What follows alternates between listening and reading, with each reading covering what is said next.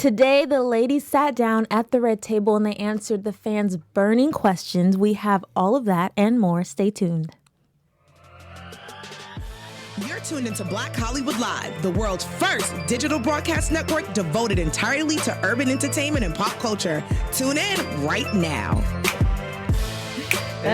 Whoa. It's the shoulder. It's the shoulders. Yes. Yeah.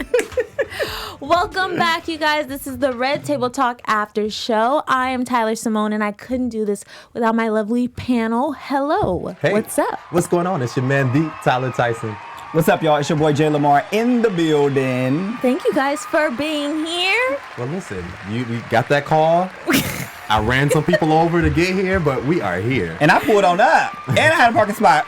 You were early. I noticed. I was like, oh, Jay got a Yes. good spot. He's early. I'm early. Yes. Straight from the job. Straight from the job. Yes, Straight collect from the one coins. job to the next. Period. Period. It's bag season, sis. Absolutely. Getting these bags. We thank you guys for being here with us tonight. We're going to be talking about today's episode where the ladies sat down and answered some questions. How did you guys feel about this episode in general? Oh, man, this episode was pointless. It was the shortest, well, not the shortest, one of the shortest episodes. They didn't, I mean, aside from the Jordyn Woods thing, there was nothing really in this episode. They answered like 2 questions. Yeah. Yeah. Like, y'all could have kept this. Or you actually could have put it out yesterday when you were supposed to. But other than that, I would say it was decent for what it was. It's real touch and go. I would have loved to have seen more topics discussed aside from like the 4 or 5 topics that were discussed. I would love to have seen more things talked about, or just like things talked about in depth, like when Jada talked about her relationship with Trey's mom, and I would have loved to have seen that unpack a little bit more. Than they did. The Jordyn Woods situation, I would have loved maybe if Jordyn came and sat back at the table. Exactly. Yeah, that would have been when the nice. lie detector results were read or something like that. Yes. Or even have Khloe Kardashian on and she opened up the lie detector results and see That that would have been Jordyn. something. so That good. would've that been would have been epic. hot. Yeah, that would have been hot. Red Table Talk, executive producer. Right. I'm ready. Go ahead. Go ahead Jada. and shoot him a DM. He is Please, available. I Just am have Jay that Lamar. coin ready. Period. You in this period is taking me out of here. I'm sorry, Pooh. Period, Pooh. I'm trying to get home for the holidays. Jada didn't sponsor us. It does. Come on and preach. Right.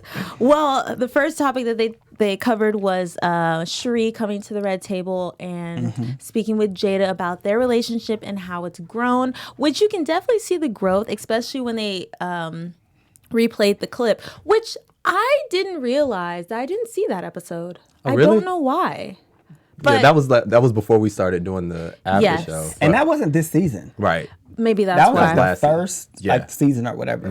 Yeah. Yeah. I still love that episode. The part that they played, which is when Cherie is talking to Jada and she's like talking about how they got along or did not get along, and then Trey comes home and she asks, "So what did you think of Miss Jada?" And he's like, "Oh, I love her, Mom." Like that to me was just like That was a epic. touching moment. Have y'all ever dated or been with anyone that had kids? Yes. No. Okay, so that to me, yeah, it hit a nerve, and I loved that Yeah. moment. It was Have you ever- definitely- I have. I You have. absolutely have. You have. Yeah. How is that? Because I haven't. My fear going into it was that I love kids. I don't have any yet, but I love kids, and so I already knew at that particular and the child's name was Tyler, so Wow. that always helps. But at that time, Tyler was 4, and I knew, I was like, "Oh, I'm gonna fall in love with this little kid." Like I just know it. So what happens if this doesn't work? If this doesn't work, that's not my kid, Right. And of course, it didn't work after 6 years. So now Tyler's 10, and it was the hardest part of the breakup and everything was being away from Tyler. He didn't have Instagram at that time. Like he's 10, so it's like that was like cut. Yeah. And it's just hard. Yeah, I dated, my ex-fiance had 2 children. So when we met, he had a 4-month-old and he had a 2-year-old. So we were together for 5.5 years. So I too became very attached to the children in a different type of bond than I had for him. You know, my love for him was, great. But my love for them, for the children was like, it was so pure and authentic. And I loved them to the core. So yet when we broke up, I thought that I would be able to continue to have that relationship with the children. And, you know, he didn't want me to have that relationship with the children because he couldn't move on. Yeah. But I still check in on them, and, you know, he'll send me pictures here and there, like, oh, they're in high school now and stuff like that. But when I was first introduced to them, you know, I remember thinking in my head, like, oh, I love kids too. Yeah. So I just knew that it was going to be an instant bond, and we really all clicked, you know. I remember his daughter, like, she was 2 going on 3, and she was talking. So, like, I remember she would go to daycare, and, like, me and her would sit up and, like, eat and, like, talk, and she would tell me all about daycare and the kids at daycare. And that was like an instant bond. And I remember when he proposed to me, and I had the ring on, and she asked me, she was like, my daddy bought you that ring? And I was like, yeah. She was like, y'all get married? I said, yeah. She was like, but ain't daddy supposed to marry you? Oh. And she stopped. And she stopped, and she was like, never mind. I was like, no, let's talk about it. Let's unpack this. Yeah, you know yeah. what I'm saying? And she was like, no, it's fine.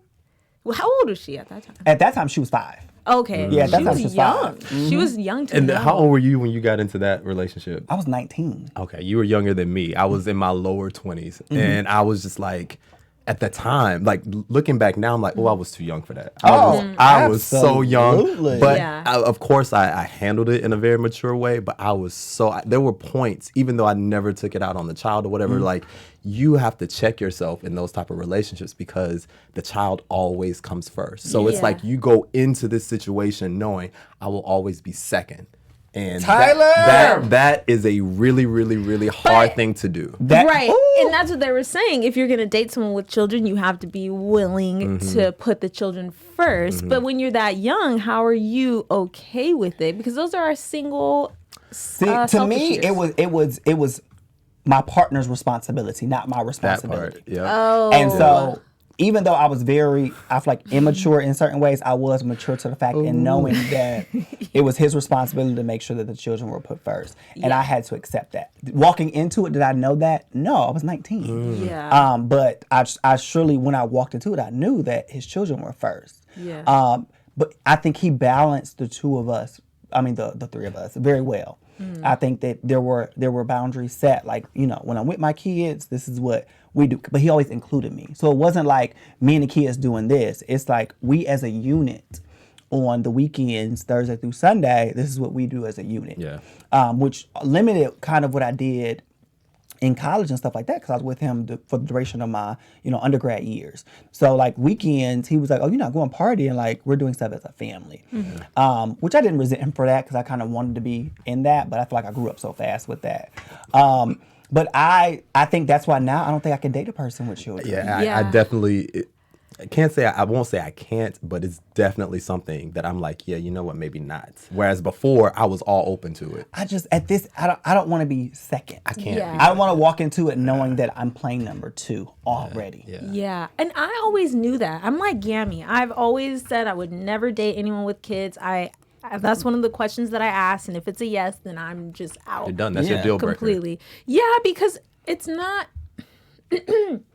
Well, consciously, I'm not thinking about it in terms of being second, but I just know that it will come with some sort of responsibility and that the connection that you form and it possibly having to be broken if it doesn't work out, all of that. I think I'm not scared of that now because I think I know how to handle that. I think it's when I'm ready to do something, I don't want to have include a third party, and that third party is not the child; it's a child's other parent. The baby. So every decision that we make, you have to incorporate that third parent. Whether it's us just going out of town, and it's supposed to be your week, and you can't get that child for the week. You have to sit there and ask somebody else, can we go out of town? Yeah. And I ain't with that. And when because I think I was like 24-ish, 23, 24-ish, and I would still, like, if we had a trip to go somewhere and it was like, oh, well, it's issue, I'm still going. Like, I was in that headspace where, like you said, this is your responsibility. I'm just kind of, like, helping out, you know, because I want to be in this with you. But And my ex used to hate when I would say stuff like that. Yeah, Like- because that's not the way it's supposed to be. Because I feel like you get with that person and their child, you can't just be with that person. And see, for me, it was like I said, I was in college, so it would be like college parties, and I'm like, okay, well, I fed the kids. Ooh, and you did it in college too. Yeah, I fed the kids. Oh my gosh. I fed If you. I could tell would go y'all out. what I was doing in college, I definitely was not mature enough in college. I was like drunk every day. When I say every weekend, I there was lived my life. there's no rule No. book to being a co-parent at 19, Yeah. 20. Like there's no rule book. Like I had no idea what my expectations were. I had no idea what I was doing. I was just like, okay, we're gonna figure this out. Yeah. To go back and do it again, would I? Oh no. I Yeah. don't think so. I think that it was a lot to take. It was a lot of responsibility to take on at that age. That is a lot. But even now at 31, it's like I don't know. That's why I said I don't know if I would do that again. Yeah. But just like the situation with Cherie, Tyler's mom and dad like really got to a point where I felt like I was, I guess, embraced, because initially there was so much. Like, Yeah. because Tyler and I, like, Tyler's, I don't want to put all their business in the street, but y'all know how I roll. Tyler's mom is a mechanical engineer and his dad was an attorney, and so they had these big booming careers. I'm 24, broadcast journalism, right out of college, so I'm just doing little odd and end reporting jobs here and there. So I had all this time, and so Tyler and I spent a lot of time. I mean, we did everything. And so Tyler at 4, 5, 6, of course, every time he's coming home, all he's talking about is me. Right. And so his dad was pissed. Yes. Like, why is he always talking about you? Why? Like, where are you? Are you parenting? It seems like, Tyler's parenting Tyler. Like, that's not his child. Like, so it took a while for us to get to that kumbaya moment. And I guess we got there by my not even, like how Jada says she would pick up the phone and be like, oh, this is my house now, or whatever. Yeah. I never did any of that. Like, even though there was a lot of back and forth, I just kind of removed myself. And just I let think them it was handle hard for me to be hands off like that, because I'm not sure how your situation was, but my ex had told his children's mother, that he wasn't going to be gay anymore. He said that he was going to start dating women again. So when the children would go home, and my nickname is JJ, when they would go home and they would talk about JJ, she would see my car in the driveway, but she just assumed that JJ was like his new girlfriend's baby, her baby. Oh, thought like it was like a little kid. It or was a little something. kid. Oh, So gotcha. when I first encountered her, it was all on accident. I was literally walking out the doors to hand him his son to put in the car, and she was standing right there, and she was like, "Who is that?" Oh yeah, no, I didn't do any of that. And the baby was like, "Bye, JJ," and she was like, "Wait, JJ a grown man?" So it was a little tumultuous in the beginning, because she was like, "Well, he lied to me about not being gay anymore." So it was like a whole little spiel with that. Yeah. It's such a weird, that whole child exchange is so weird. I think there was like, of the 6 years that we were together, that might have been 3 times, max 4 maybe, that I was involved in that child exchange. And it literally is, you drive into wherever the spot was, Tyler gets out of one car, gets in the other. Like, it's the weirdest thing in the world. Yeah, it's uncomfortable too. Yeah, I would so think weird. so. I would think it was uncomfortable, honestly. And that's why I just chose to stay away. Yeah, because Smart. you know what? Also, Yeah. you take on the heat of, if they get into it with that other parent. Definitely. Because my ex, when they would get into it, he wouldn't necessarily take it out on me, but he would come home with his head down low, upset. I'm like, messes what's up the wrong? mood. It messes up the mood. I don't know what's going on. Even if y'all have something planned, it messes Yes. Definitely. And I have no Smart. clue what's going on. And then he tells me like, oh, this is this, that, and the other. And I'm like, wow. Like, so their emotions are playing into our household emotions. Yeah, just too much. Too much? Way too much. Too much? Let's talk about the whole idea of having a wedding in the very, very beginning stages of your relationship. Jada feels like a wedding like they are today is meant to happen later down the road, like 20 Now, I years. love me some Jada. I'm sorry. I love me some Jada. But you get one life to live, and the days are numbered. So if you want that wedding today, The way. if That's what it sounds like. You said the way.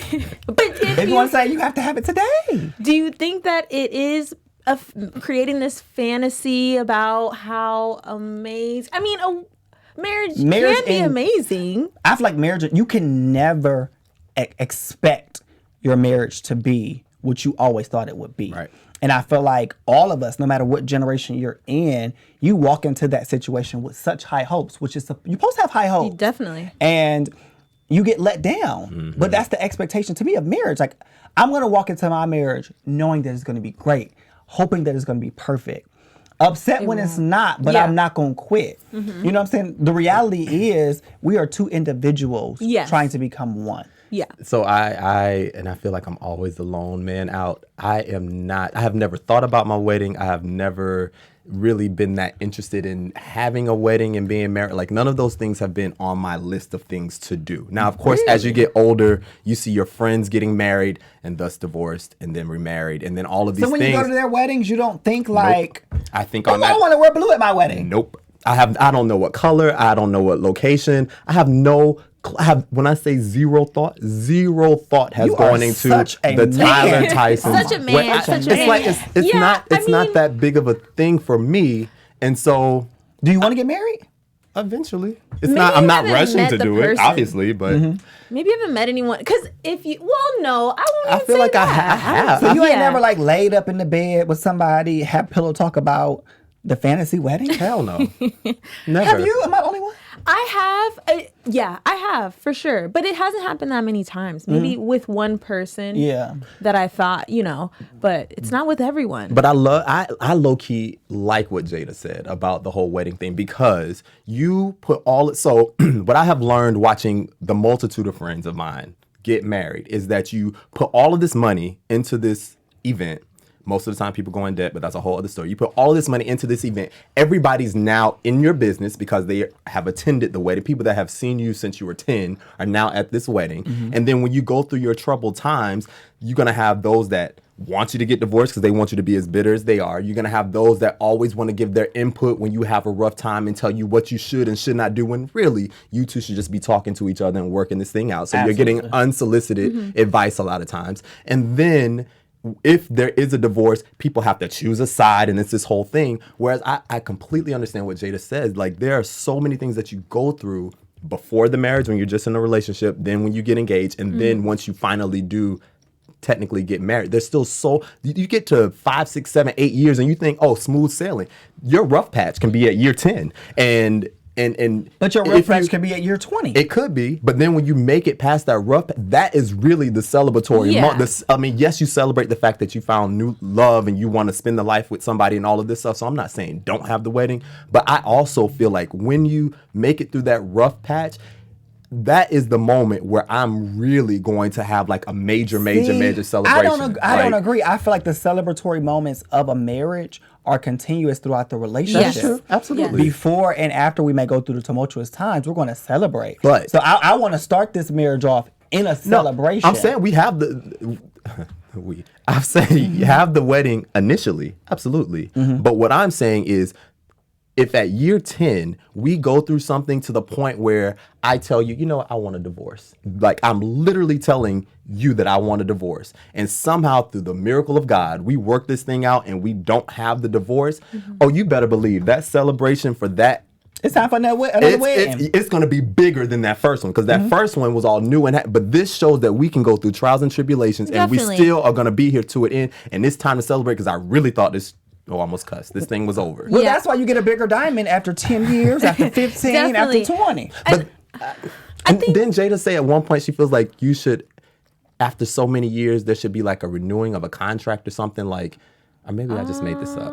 Maybe. I don't remember her saying it, but I do remember her saying that she mentioned people just getting married just to have the wedding itself, to have the big party. There are people like that. There are people like that. And I think that's mainly her point, is that people are just doing it just to do it. People don't even know what a marriage consists of. I feel like we all having these conversations are learning, and we're open to like all this new information. But some people, they have no idea that being married means having to really work at it. They just think it's being with someone and having a ring, and that's it. Well, that goes out to the hopeless romantics out there. They look at a marriage like, oh, I want to be married. But like you said, they don't understand that marriage takes work and patience.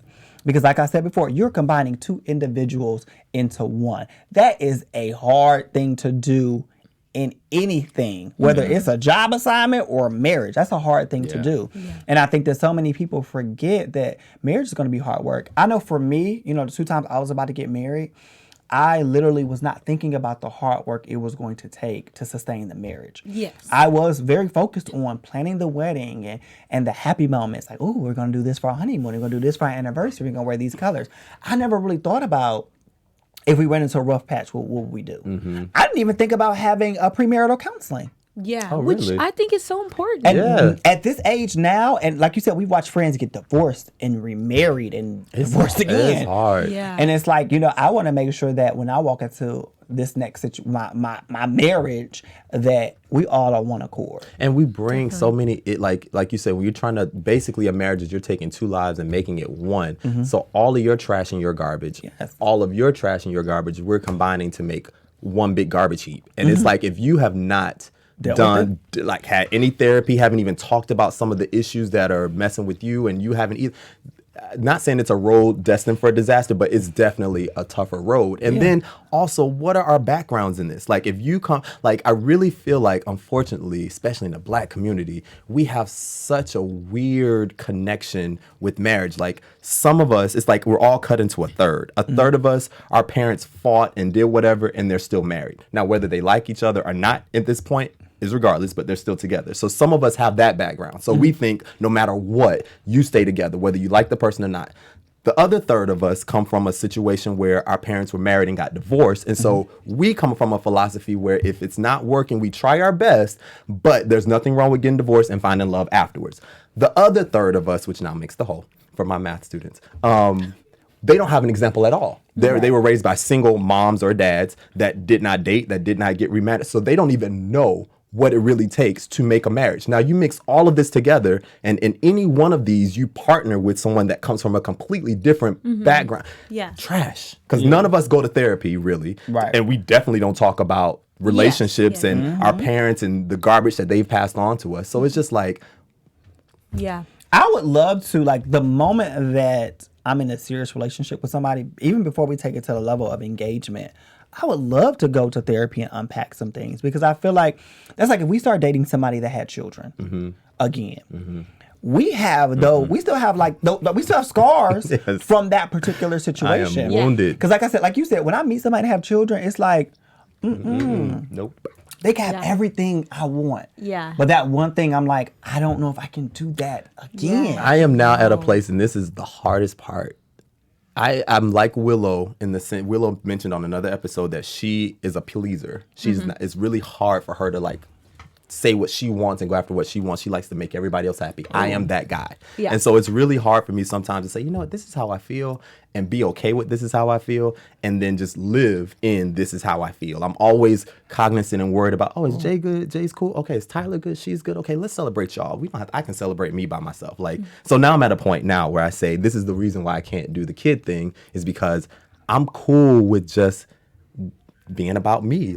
I think I should, And you should. I think I'm bad at not compromising when it comes to compromise that. too much. I'm like, with We're the anything, opposite. it's like I don't compromise, whether it's the children or finance or something like that. I'm not willing to compromise. Yeah. And I think that stems from my hurt Yeah. and my pain in previous relationships, because I compromised so much. Yeah. So now it's like, I'm not compromising nothing, but it shouldn't be like that. Yeah. And I know it shouldn't be like that. Yep. But I also don't want it, because I want us to both experience that together for the first time. If you've already went through the whole birth thing, it's like, okay, You I'm over already- here experiencing it for the first time, and You're a pro. you Right. This your third child. You good. You Right. don't even show up to the birth anymore, because you know what it, you how I know do. what it is. But then there are men, like I said, I don't want to take that away from my ex. I can't say if me and him would have experienced childhood together with a child of our own, I think he would have made sure it made me feel like it was my first. Yeah. Because I could say he was good at toggling both. So if you do meet a man and he does have a child, I hope that he at least makes you feel like it's your first. Yeah. Because I I have would hope friends so, who too. are, have gotten remarried and stuff like that, or dating somebody and they had 2 kids and they're having a child together and they didn't make it feel like it was their first. And I'm Yeah. like, that's not fair to That's you. not fair at all. Let's talk about Jordyn really quick. Yes. So the lie detector test, I knew she wasn't lying. I knew she wasn't lying either. That's what I was gonna say. I didn't know. Y'all are gonna hate me, but go ahead. Go ahead. Oh, here he go. Go ahead. Here he go. So she took the lie detector test right after the show. Obviously, she's wearing the same outfit and everything. That was definitely planned. They said that she requested it, but I mean, she only answered one question. That's what I was about to say. Two things. One, they should have shown more of the lie detector test and not just one question. Because that low key, because of editing, those of us that are in entertainment, they will edit some stuff and it just kind of makes it look a little shaky. You say you didn't sleep with Tristan. Okay.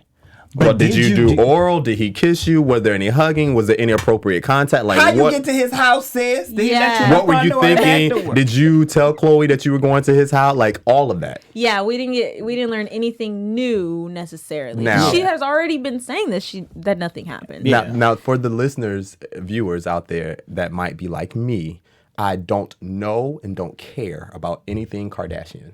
I barely even know I love them. Me too. I actually really like the Kardashians. They are intelligent women. I barely know this story as far as what happened. So please refresh as to what actually had happened with Jordyn Woods and Chloe. What had happened? What is the whole thing about? Like, yes, I get allegedly she slept with Tristan, but what really had happened?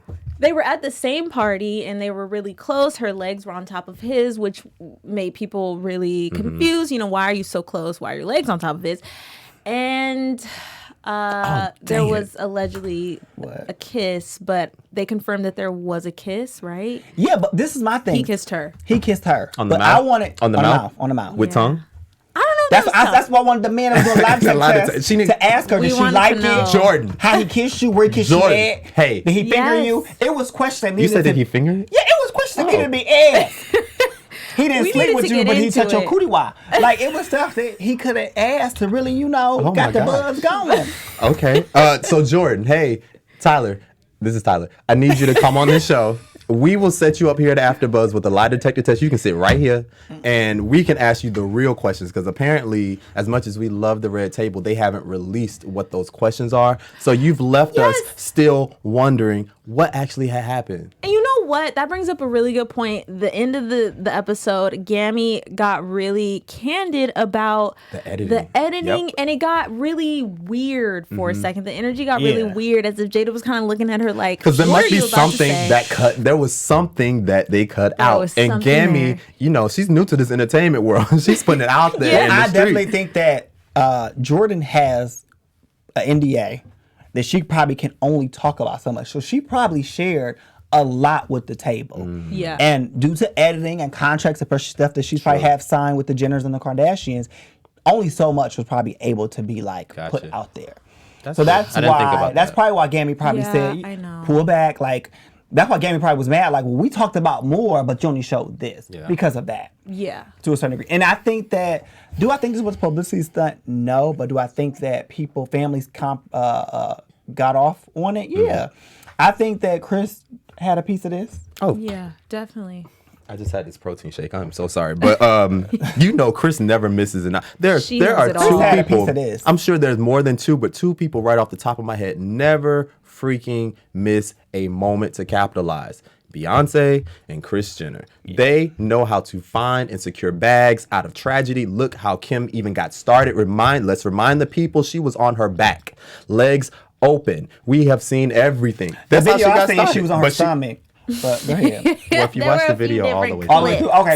I've seen the Twitter clips. Twitter clips only 6 minutes. I mean, not that I have.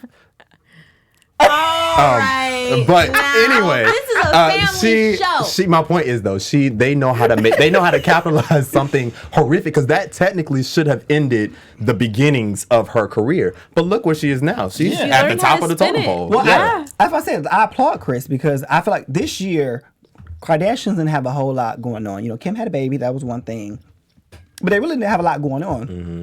This situation allowed them to be talked about a whole nother year. Yeah. You know what I'm saying? So 2020, guaranteed something else gonna happen, and we're gonna be talking about it. And if not, again, Kim is gonna take something off and be naked yet again. Or somebody just have to see. Or Kendall gonna have a baby.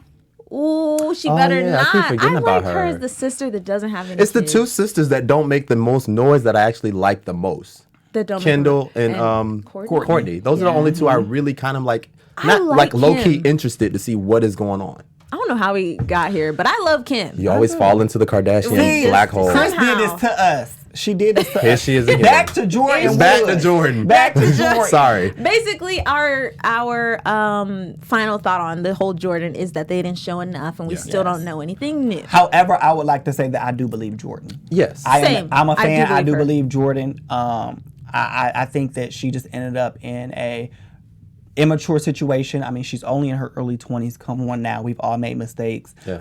Maybe not to that magnitude, but we've all made mistakes. So I thoroughly believe her. She messed up. She shouldn't lose a lifetime friend over something like that. You said on the last show that you were here that I should ask my followers, would you have a threesome with your best friend? And I am now going to put that question out to all of my followers in lieu of the Jordyn Woods thing that I'm still learning about. Like, how do you even go about? But I don't think that, honestly speaking, well, not even a threesome, but like if your leg is on like that. I don't think Jordyn would have done that to Kylie. I really do not think that Jordyn would have done that to Kylie. Kylie was dating Travis Scott. Yeah, I don't think that she would. Would you put your leg on Travis Scott? No, if I'm Kylie's friend, I don't think Jordyn would have did that to Kylie. I think that. I think they have certain boundaries. I think that or maybe he just wasn't the right guy. Maybe he's not attractive enough to put your leg on. Well, God, but we don't know. We just don't know. We weren't there. We don't know what Tristan and Jordyn's relationship was like. Were they really good friends? I have really good guy friends. I'd put my leg on them. But you know what I see? They don't have boundaries when it comes to certain things, though. Yeah. So like, then when you do something, they want to get mad. Yeah. But there are no boundaries. So how you gonna be mad? You don't have your man around your girlfriends all the time. You know, it could have been something as small as they seem like they're so close knit that, you know, Chloe walk around, she probably got on her bathrobe. Jordyn walk around, she got on her bathrobe. You know, Tristan in there probably with just some shorts on, like, and his shirtless. Yeah. So they like to have those type of situations that happen. So he could have been looking at Jordyn ass while she walking. Of course, who isn't? While she walking around the house. You know what I'm saying? So I mean, they don't have those type of boundaries. My man ain't walking around with his shirt on. Well, you've already said you're not even leaving your man in a room with a group of people if you're not there. So if he making cereal and Tyler over there, I'm gonna be right there at the counter. We all making cereal. Stop it. Period. You and this don't watch my man pour this milk. Period. And on that note, Tyler Tyson, take it away with our Mr. and Mrs. Smith news segment. What's up, y'all? It's your man, Tyler Tyson, and I'm here with the Mr. and Mrs. Smith news and gossip, so let's go ahead and jump right on into it. First things first, this video from Jada. She just released a movie that's on Apple Plus. Take a look. Sounds like it's been a remarkable journey to bring this film to life. What do you hope viewers take away from it? My only hope is that understanding of this particular journey and having the opportunity to experience this very specific journey. I think that whether you're a mother, whether you're a father, whether you're a young girl, whether you're a grown woman, whether you're a brother, whether you're a husband, I think everybody that watches this movie can relate to certain aspects of this film because it's Hala's journey, but there's, you know, such a complicated familial relationship, you know, just as far as her relationship with her mother, the relationship between the parents, wherever you're from, it doesn't matter. We're all humans experiencing similar situations, and that's what connects us. So Hala is the movie. It is on streaming on Apple Plus. You can find it right now. It's already out, so go check it out.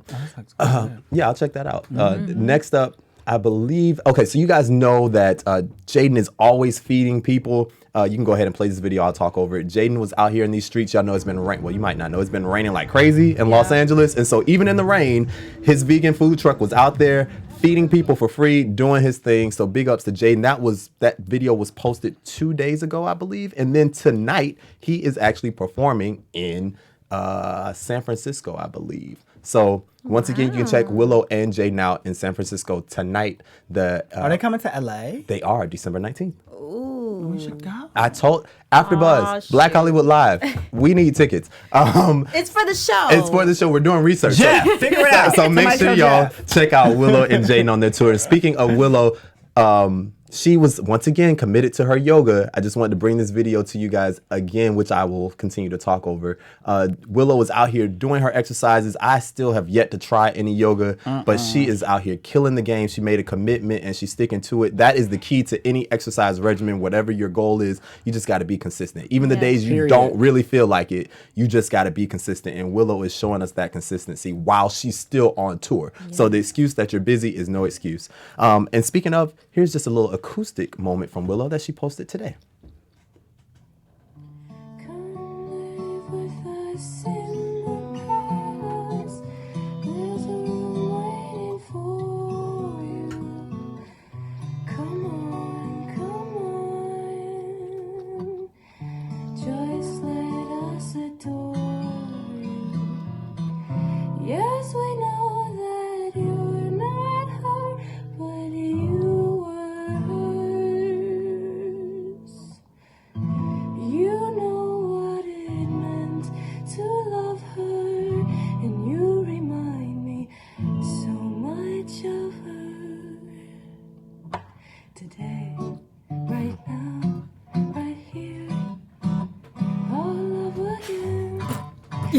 I love that little mix-up. Right? I wasn't expecting that. No.